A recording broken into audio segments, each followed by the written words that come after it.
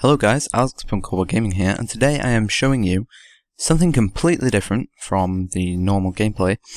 Today I am giving you a tutorial. I've been requested to show some of you guys how to overclock your graphics card, so here we go.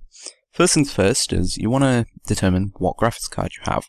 Now, there are several different ways you can do this. The easiest way would be to hit the Windows key and R. I'll have like a little annotation down in the lower corner or something showing you guys. Then you want to type in dxdiag into the rung box. Click OK. When you first run this, it will come up with like a little, are you sure you want to run the diagnostics tool? You just click yes or OK. Then this little window will appear, the DirectX diagnostics tool. Here you can find out information from your entire computer, such as the system manufacturer and system model, so that's the motherboard. Then you've got the processor, how much RAM you have, what version of DirectX you're running. I can't wait for DirectX 12, by the way. Then you'll have your display tabs, so that's your monitor. I've got two. I've got my first monitor there, and my second monitor there. It'll tell you the monitor you're using, what its display is. I have two different monitors of different resolutions, so the graphics card is a bit of a time rendering them all out. But it tells you what device you are using, such as the NVIDIA GeForce GTX 780 Ti, which is my graphics card. You've also got the sound tab, which tells you what sound card you're using, etc., and your input devices, such as your mouse and keyboards. But first things first is you want to find out what graphics card you have. If it's something like Intel chipset family or something, then you're running an integrated graphics card, which it cannot be overclocked. It's basically all done through the processor, such as the CPU. So you'll have to overclock that in order for the graphics card to possibly get a boost RAM. I'm not quite sure how it works, but if you're using a dedicated graphics card, such as an NVIDIA graphics card or AMD graphics card, then I think you should be perfectly fine. So, now that you've determined your graphics card, I do not want you to restart. Now that you've determined your graphics card, what next? Well, you need an overclocking program. Let me just get up a new tab here. So from here, you just type MSI Afterburner. Go to the first tab, and boom. I'll also put the link in the description. You just click Download Official, and it will come up with this. Now, my graphics card is currently already overclocked, but I'm just going to put it back to default. Boom. Now, there are other overclocking programs you can use. Let me just put my things there. Such as EVGA Precision X, if it wants to load. Boom. You could always use this if you want. You don't have to. I used to use it for a little while, but I don't know, it didn't keep its overclock properly, and it just kept crashing constantly. So let me just close that. I'm going to be using this one for now, just to demonstrate for you guys. So you may find it easier if you use a different one or one of the small, less known overclockers, but I prefer to use this just because it's been around for a while. It's kind of more stable. MSI are definitely known for their overclockability and overall stableness. Alright, so what things need overclocking or boosting, or what do the sliders mean in general? Now, fan speed is pretty obvious. If I turn off user defined, turn off auto, from here you can change the speed of the fans to what you want. If you put it on auto, click apply, it will automatically choose the speed. User defined, as you can see it was a pretty big boost, is what I've set the graphics card's fan curve speed. So in order to do that, you just click settings, fan, and you can change the fan curve from there. I've got it pretty harsh so that I can play games on max settings and still have the graphics card nice and cool. It's all up to your preference, whether you want to hear it or hear the fans going. You guys shouldn't be able to hear the fans since I have noise dampening technology within my case. And thank you, Hoxhug, for appearing. Alright, so, now that we've got that bit out of the way, what's core voltage? That is a setting you do not want to touch unless you are overclocking massively, if you're looking for a huge boost in performance. Normally when you overclock, you shouldn't really mess around with that because it can damage your hardware. Even the tiniest little bit can. So imagine putting it all the way up, what that can do. Just put that back to default. Alright, so the things we're going to be messing around with at the moment are the power limit, the core clock, and the memory clock. So, power limit. What does power limit do? The power limit basically tells your graphics card how much power it can exert. If you put that all the way to the top, it shouldn't really affect your graphics card straight away, since your graphics card only runs at a certain power limit when it's at default, or an idle state and not actually rendering anything. Then click Apply. If you have the ability to use a drop down and set the temp limit and stuff, you can always prioritize whether you want it to be prioritized to the temperature or prioritized to the power. One problem with me is I could never tell the difference between whether the temp was being prioritized or the power, so I always use this as guidance. So that's currently, the power is currently being prioritized. I need to remember that the arrow points to what's being prioritized, and I always see it as like the temp is higher than the power, so I've always had it the wrong way. Alright, so you could always link it as well, so when the power is at that, the temperature limit will be there, and it'll start to lower if it gets to a certain point. I have it more harsh, so if the power limit is all the way, and the temp reaches that, it will start to lower. That way I can just keep my graphics card for a little bit longer. Boom. Now, what next? You've got the core clock and the memory clock left. I recommend you overclock the memory clock first. Many people recommend not to, but the memory clock is the one that gives you the most frames. So, to benchmark, we are using EVGA overclock scanner. Now, if I put that back to the default 100 and test, let's do a quick benchmark. I think I will speed this up just so that I'm not wasting time, so I'll shut up and this will be sped up.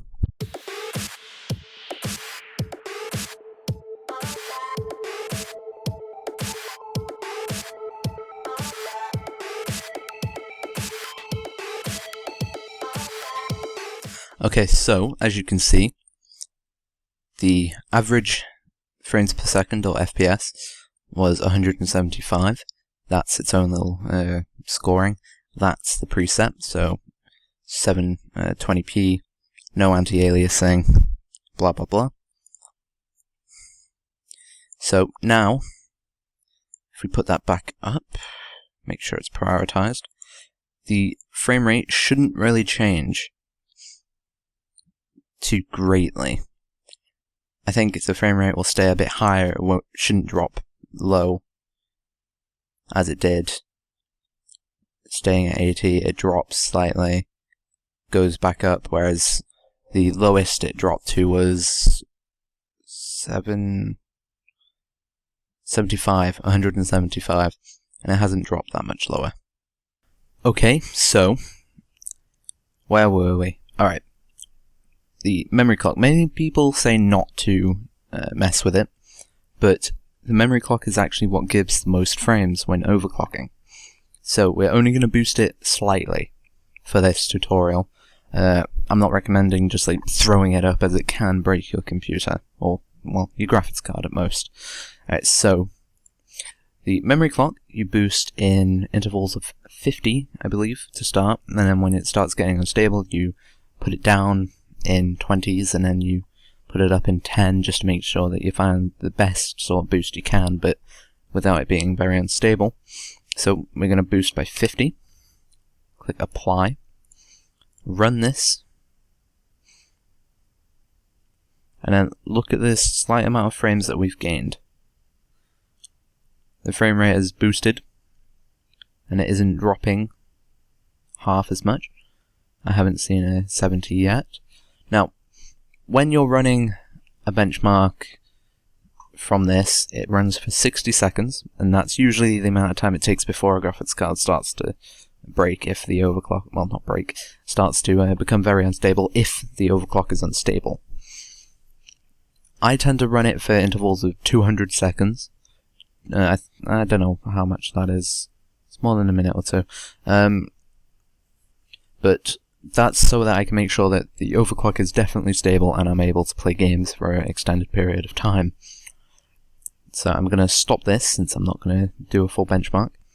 Then you boost it again by 50. Run it again for the interval of time that you want. You can either just run a benchmark, or you can do what I do and run it for 200 seconds just to make sure that the overclock is going to be stable. It's up to you. I'm not going to run it through the entire thing just so that this tutorial stays pretty small, sweet, short, whatever. It's starting to not get much FPS out of it. If I go back onto here, FPS stays the same, so it's still rendering in the background, but you can see the temperature, how much of the graphics card is in use,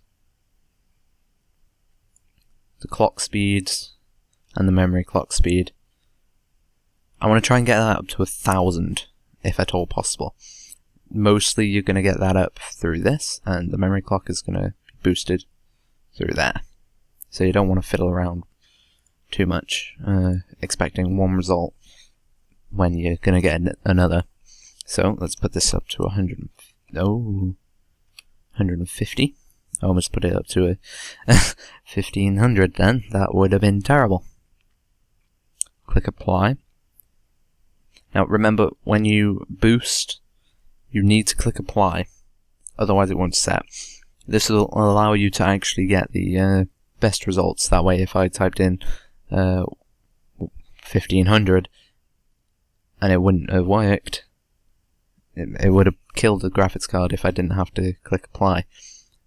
So I was able to notice my flaw, change it, and then click Apply, and now it's overclocked. Okay, now that you've boosted it up ever so slightly, or to wherever you feel comfortable after that, you run it again for your dedicated amount of time. As long as it's above 60 seconds, just so you get a good feel of whether the overclock is completely stable or not. You could always try leaving it overnight, but too much stress onto it. It'd be kind of pointless. As you can see, the FPS is doing okay. You could continue to boost that if you wanted. Alright, so now we're going to focus on the core clock.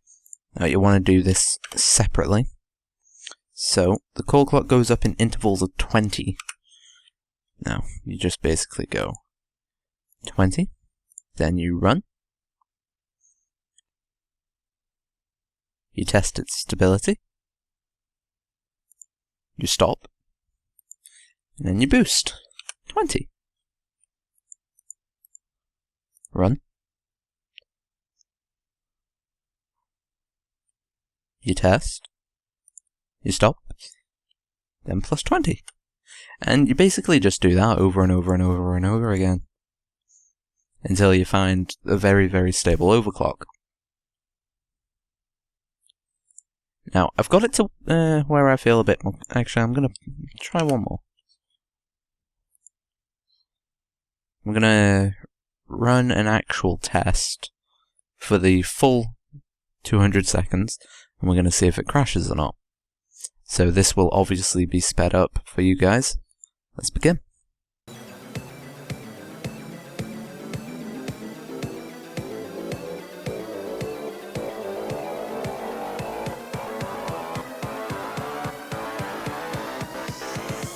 you like the song? What the f was that?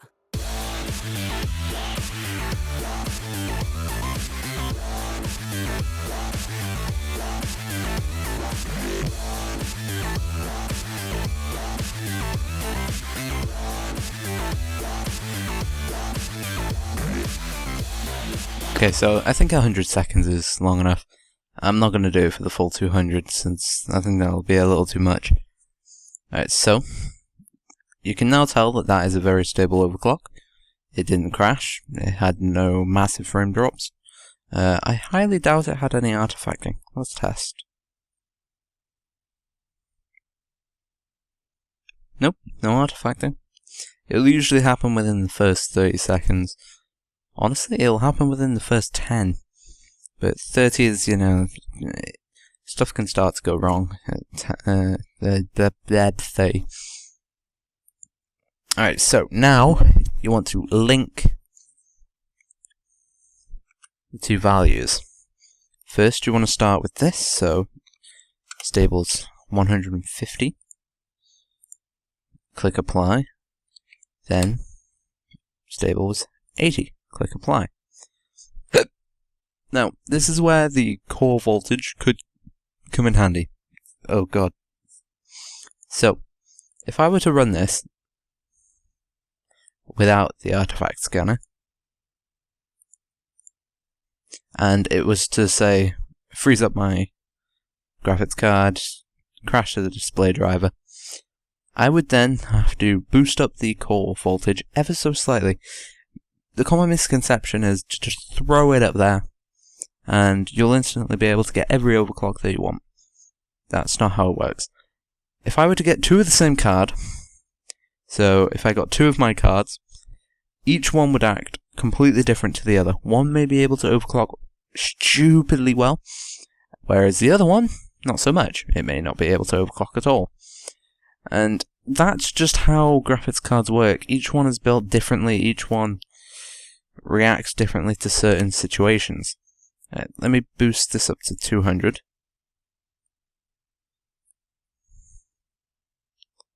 If I go back onto here, I can have a look at the speeds.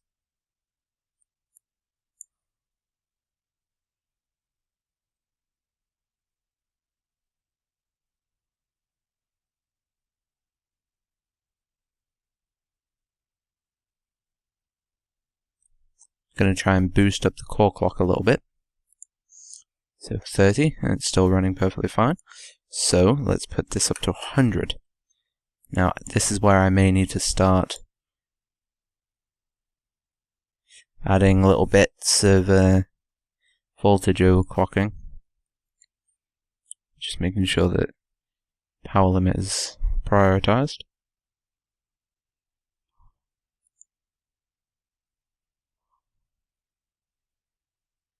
The clock speed hasn't reached 1000 yet, so as soon as this hits 30, boom, we're gonna boost this up to 120, click apply, then run. Obviously, off camera, I'll end up testing my overclock to the full 200 seconds like I normally would, just make sure that it'd be a very stable overclock. But for the sake of time length, time restraints and stuff, I'm going to keep this short as I can, hopefully under half an hour, hopefully under 20 minutes. I don't think it'll be under 20 minutes, unfortunately. So, 30 seconds. And the max was still not enough. So I'm going to boost this up to 250 now. Click apply and run.